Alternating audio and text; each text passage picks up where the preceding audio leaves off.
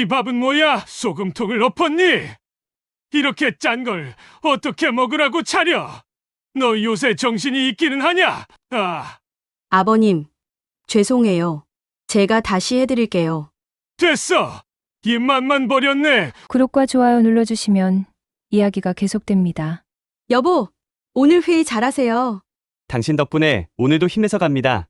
아버지, 진이 등원시키고 푹 쉬세요. 걱정 말고 갔다 와. 우리 며느리가 아비 밥 챙겨주는 건 세상 최고니까. 진이야, 할아버지랑 이거 한 장만 더 읽자. 네. 할아버지, 아까 그 공룡 또 봐요. 세상의 모든 평화가 이 작은 아파트에 모여 있는 듯 했습니다. 혜숙, 그녀는 천생 며느리였습니다.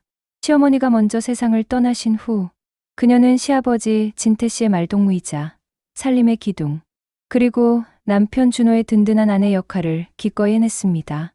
어쩌면 남편보다 시아버지 진태 씨를 더 살뜰히 챙겼다고 해도 과언이 아닐 겁니다. 진태 씨는 그런 며느리가 자랑스러웠습니다. 밖에서 우리 혜숙이가 진짜 며느리야. 라고 입이 닳도록 칭찬하는 것이 일상이었습니다. 시어머니의 빈자리는 물론 일터에서 지쳐 돌아온 아들 준호의 피로까지 혜숙의 따뜻한 손길과 미소 앞에서 눈 녹듯 사라졌습니다. 이들에게 가족은 그저 함께 사는 혈연 집단이 아니었습니다. 서로의 빈 곳을 채워주는 굳건한 안식처 그 자체였습니다. 할아버지, 우주 끝은 어디야? 그 끝은 우리 진이의 꿈만큼 넓단다. 넓고 넓어서 할아버지도 아직 못 가봤지. 시어머니가 돌아가신 후 찾아왔던 잠깐의 적막함은 진이의 천진난만한 웃음과 혜숙의 헌신으로 완벽하게 치유된 것처럼 보였습니다.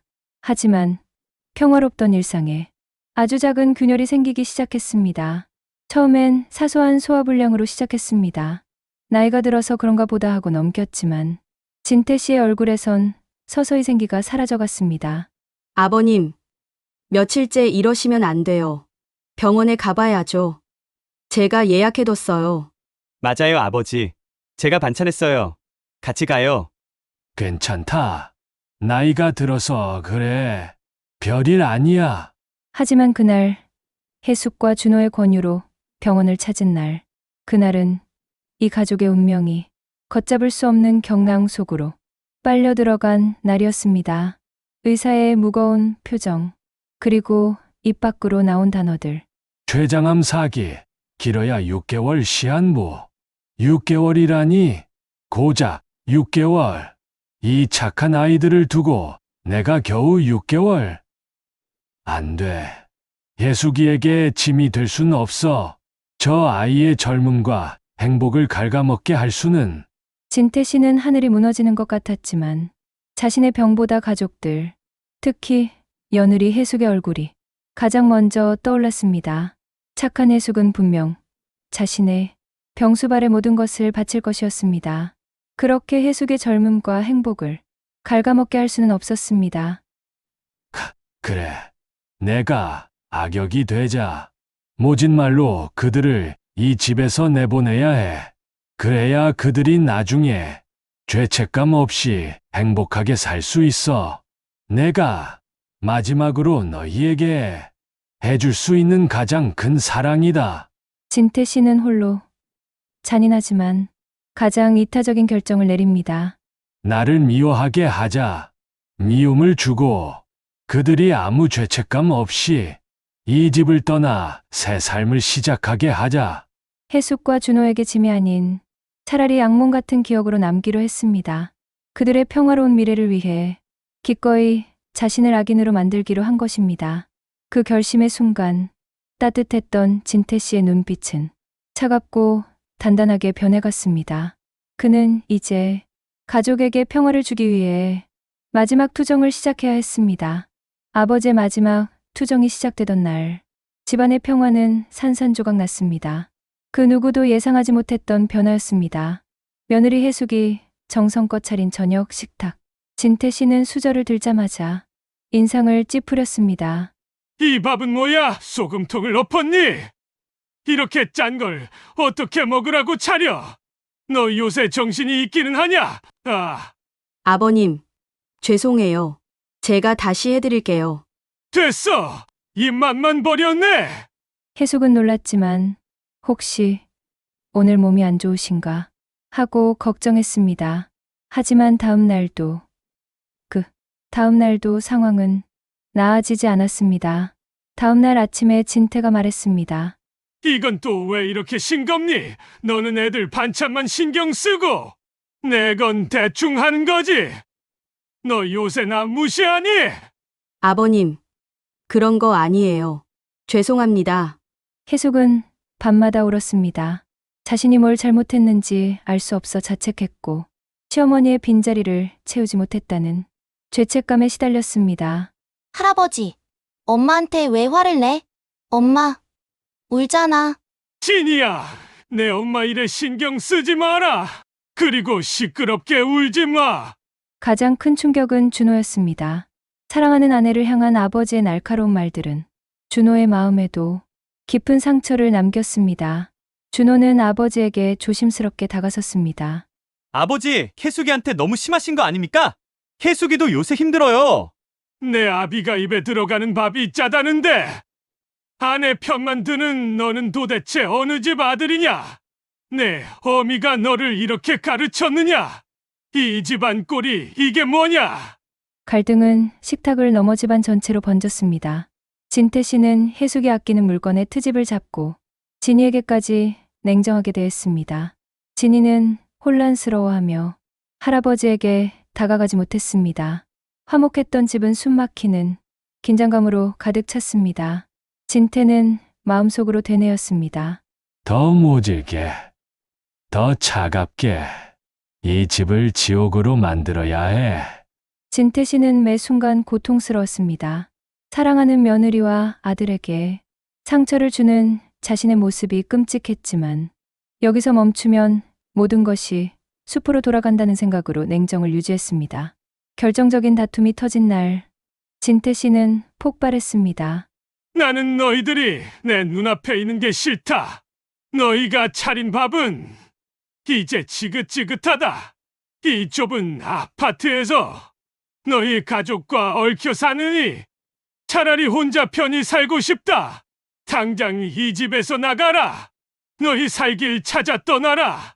아버지, 너무하십니다. 정말 저희가 그렇게 싫으세요? 저희가 어떻게 여기서 살겠습니까? 혜숙은 준호의 뒤에서 흐느낄 뿐 어떤 말도 할 수 없었습니다. 그녀에게 이 집은 사랑하는 가족의 보금자리였는데 이제는 그녀를 거부하는 차가운 공간이 되어버렸습니다. 여보, 우리 나가요. 여기서 더는 못 견디겠어요. 진이도 힘들어하고.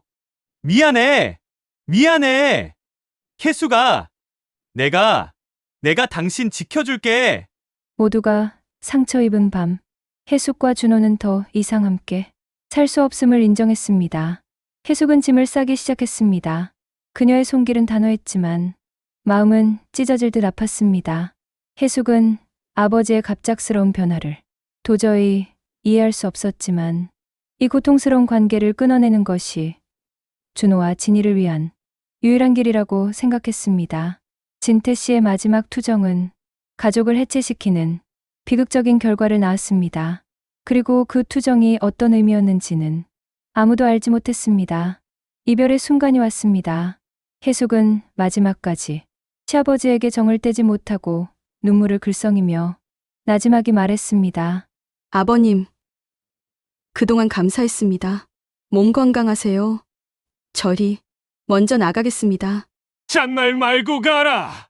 다신 이 집 근처에도 얼씬거리지 말고. 너희 없이 내가 혼자 편히 살겠다. 진이는 이해할 수 없는 상황에 울음을 터뜨렸습니다. 할아버지, 왜 이래? 나랑 같이 숙제해야지. 진태 씨는 사랑하는 손주의 울음소리에 가슴이 찢어졌지만 억지로 진이의 손을 뿌리쳤습니다. 이 순간 혜숙과 준호는 아버지에게서 완전히 마음이 떠나게 됩니다. 정말 우리를 미워하시는구나. 준호는 배신감에, 혜숙은 상실감에 젖어 아이를 데리고 집을 나섰습니다. 현관문이 닫히는 순간 진태는 얼굴을 감싸며 흐느꼈습니다. 가라. 잘 가. 내 새끼들. 가족이 떠난 후 진태 씨에게 남은 것은 고독과 병마뿐이었습니다. 넓은 집은 차가운 침묵 속에 잠겼습니다. 그는 하루하루 병마와 싸우며 버텼습니다. 식사를 제대로 할 수 없었고 잠도 편히 잘 수 없었습니다. 하지만 그는 견뎠습니다. 그들이 자신으로 인해 고통받지 않고 새 보금자리에서 행복을 찾아가고 있을 거라고 생각했기 때문입니다. 이게 내가 너희에게 줄 수 있는 전부다. 이걸로 너희는 다시 웃어야 한다. 아비가 준 마지막 선물이라고 생각하고. 진태 씨에게 남은 유일한 일은 해숙과 준호의 미래를 위한 준비였습니다. 그는 변호사를 통해 자신의 모든 재산을 정리하고 아파트와 시골 땅의 소유권 이전을 위한 서류, 그리고 생명보험, 증서 등을 미리 준비했습니다. 이 재산들이 그들의 새 출발을 위한 든든한 기반이 될 것이라 생각했습니다. 준호는 가끔 아버지의 집 근처를 서성였습니다. 아내에게 상처를 준 아버지에 대한 원망과 홀로 남은 아버지를 향한 걱정 사이에서 갈등했습니다. 하지만 해숙에게 돌아가자는 말은 차마 꺼낼 수 없었습니다. 해숙은 새 직장을 구하고 진이는 새 유치원에 적응하며 나름의 평화를 찾아가고 있었습니다. 그 평화를 깨고 싶지 않았습니다. 진태 씨는 6개월이 시한부라고 하였지만 1년을 살았습니다. 그렇게 1년의 시간이 흘렀습니다. 1년은 진태 씨의 삶을 앗아갔고 준호와 해숙에게는 아버지에 대한 아픈 기억으로 남았습니다. 1년 후에 어느 날 쇠약해진 진태 씨는 더 이상 버티지 못했습니다. 홀로 거실에서 쓰러져 혼수 상태에 빠졌습니다. 그의 손에는 1년 전 가족이 떠나기 전 함께 찍었던 사진이 들려 있었습니다. 그 사진은 진태 씨의 마지막 위안이자 가장 큰 고통이었습니다. 차가운 바닥에 떨어진 사진 위로 진태 씨의 메마른 눈에서 마지막 눈물 한 방울이 흘러내렸습니다. 이제 가족들은 그들의 곁을 떠났던 아버지의 진실을 마주할 시간이 다가오고 있었습니다. 아버지 진태 씨가 혼수 상태에 빠졌다는 연락을 받고 준호와 해숙은 1년 만에 병원으로 달려왔습니다. 아버지, 이게 무슨 일이에요? 1년 사이에 이렇게나 마르셨어. 병상에 누운 아버지의 모습은 충격적이었습니다. 해숙은 그 모습을 보자마자 1년 전의 모진 기억들을 잊고 오직 안쓰러움에 사로잡혔습니다. 혜수가, 당신은 어떻게? 아버지가 그렇게 모질게 하셨는데. 여보, 그래도 우리 아버지잖아요. 많이 아프신 것 같아요. 이 모습 보니까 아무리 미웠어도 그냥 너무 안쓰러워요. 해숙은 지극정성으로 진태 씨를 간호했습니다. 준호는 그런 아내의 넓은 마음에 죄책감을 느꼈습니다. 나는 여전히 아버지를 용서하지 못했는데 혜숙은 저렇게 보살피는구나. 준호는 아버지가 왜 그렇게 변했는지에 대한 의문을 다시 품기 시작했습니다. 며칠 후 해숙이 진태 씨의 방을 정리하던 중이었습니다. 오래된 장롱 깊숙한 곳에서 낡은 나무 상자가 발견되었습니다.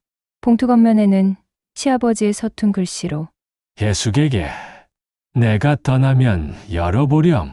이라고 적혀 있었습니다. 그 문장을 본 순간 해숙의 가슴은 미친 듯이 뛰기 시작했습니다. 해숙은 준호에게 상자를 보여주었고 두 사람은 떨리는 손으로 봉투를 열었습니다. 안에는 꽤 긴 편지와 함께 생명보험 증서, 아파트 소유권 이전 서류, 시골 땅 증여 계약서, 그리고 은행 금고 열쇠가 들어 있었습니다. 준호는 눈빛이 흔들렸고 해숙은 떨리는 목소리로 편지를 읽어 내려갔습니다. 사랑하는 내 아들 준호야.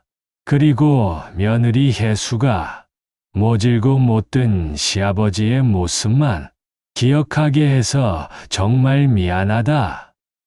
나는 1년 전 병원에서 시한부 선고를 받았다. 췌장암 사기 길어야 6개월이라고 했다. 착한 너는 분명 모든 것을 버리고 병수발을 들었을 것이다. 나는 너희 젊음과 너희 가족의 행복을 병마로 갉아먹는 늙은 짐이 되고 싶지 않았다. 그래서 악역을 자처했다. 아버지가 아프셨구나. 우리 때문에. 아버지, 저희 때문에. 저희가 아버지를 오해했어. 1년 전, 그 모진 말들이 사실은 자신들을 위한 마지막 배려이자 필사적인 사랑이었다는 것을 깨달았기 때문입니다. 그들은 아버지를 오해하고 미워했던 지난 1년의 시간을 후회하며 목 놓아 울었습니다. 편지 속에는 아버지의 지독했던 고독과 아픔이 고스란히 묻어 있었습니다. 내가 너희에게 준 모든 것은 너희가 나를 위해 바쳤던 마음의 보답이자 너희의 새 출발을 위한 아비의 마지막 선물이다. 이 아파트와 시골의 작은 땅, 그리고 남은 보험금 모두 너희에게 남긴다. 준호와 진이와 함께 너의 목까지 다 누리며 살아라. 아비의 마지막 소원이다. 진태 씨의 마지막 투정은 가족을 내쫓기 위한 것이 아니라 오히려 남은 가족이 짐 없이 행복하게 살 수 있도록 모든 것을 내어준 가장 숭고한 희생이었던 것입니다. 진실을 알게 된 혜숙과 준호는 한시라도 빨리 아버지에게 달려가야 했습니다. 그들의 오열은 병원 복도를 울렸습니다. 병실에 들어선 두 사람은 혼수 상태로 누워있는 진태 씨의 침상으로 다가갔습니다. 아버지, 저희 왔어요. 아버지, 저희 다 알아요. 이제 알았어요. 그렇게 아프셨는데 저희를 위해. 아버지, 죄송해요. 저희가 아버지를 오해했어요. 바보같이. 아버지의 마음도 모르고. 그들의 진심이 과연 혼수 상태의 아버지에게 닿을 수 있을까요? 그때 진이가 할아버지의 귀에 대고 나지막이 속삭였습니다. 할아버지, 사랑해요. 우리가 할아버지를 얼마나 보고 싶어 했는지 알아? 엄마, 아빠랑 같이 할아버지 기다릴게. 다시 우리 집으로 돌아와서 같이 숙제하자. 기적이 일어난 듯 진태 씨의 메마른 눈가에 눈물 한 방울이 흘러내렸습니다. 그리고 그의 입가에 아주 희미하고 평화로운 미소가 번졌습니다. 마치 모든 짐을 내려놓은 듯한 홀가분한 미소였습니다. 그 미소를 마지막으로 진태 씨의 심장 박동 모니터는 길게 평행선을 그렸습니다. 그의 마지막 투정은 이제 영원한 안식으로 끝을 맺었습니다. 진태 씨의 장례식은 엄숙했지만 슬픔만 가득하진 않았습니다. 준호와 혜숙은 이제 아버지의 깊은 뜻을 알았기에 그의 희생에 감사하며 마지막 인사를 건넸습니다. 장례 후 준호와 혜숙은 아버지의 편지를 다시 읽었습니다. 편지 마지막 문단에는 아버지의 진정한 유언이 담겨 있었습니다. 사랑하는 내 아들 준호, 그리고 세상에서 가장 고마운 내 며느리 혜수가, 너희는 이 집을 나설 때 나에게 반찬 투정이나 하는 못난 아버지를 기억했을 게다. 하지만 이제 너희의 기억 속에 나는 다시 너희를 위해 모든 것을 내어준 아버지로 남았으면 한다.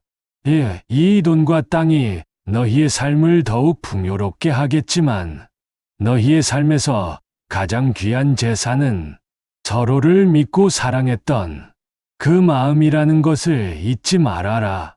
내가 너희를 내보낸 이유는 너희가 서로에게 온전히 집중하며 살기를 바랐기 때문이다. 부디 행복하게 잘 살아라. 사랑한다. 시간이 흘렀습니다. 혜숙 가족은 진태 씨가 남긴 유산으로 경제적인 안정을 얻었고 이는 그들의 삶을 더욱 풍요롭게 만들었습니다. 하지만 그들이 얻은 가장 큰 유산은 아버지의 마지막 희생이 담긴 그 편지였습니다. 혜숙과 준호는 이제 사소한 다툼에도 아버지의 편지 속 메시지를 떠올리며 서로를 배려했습니다. 아버지 편지 속 말씀이 맞아요. 돈보다 우리 서로 믿고 사랑하는 마음이 제일 귀한 재산이에요. 맞아. 아버지 덕분에 우리가 서로에게 더 감사하게 됐어. 아버지께 받은 사랑, 진이한테 잘 전해주자. 세상에서 가장 외로운 이별을 선택했던 아버지 진태. 그의 마지막 투정은 사실 세상에서 가장 따뜻하고 숭고한 사랑이었습니다. 그는 가족에게 평화를 주기 위해 기꺼이 자신을 희생했고 그 평화는 결국 그의 마지막 유언을 통해 영원히 이어지게 되었습니다. 사랑은 때론 가장 아픈 형태로 다가오기도 합니다. 하지만 그 진심은 언젠가 반드시 빛을 발합니다. 그렇게 진태 씨의 사랑은 그의 가족들의 마음 속에서 영원히 살아 숨쉬고 있습니다. 이 이야기가 감동적이었다면 구독과 좋아요 부탁드립니다.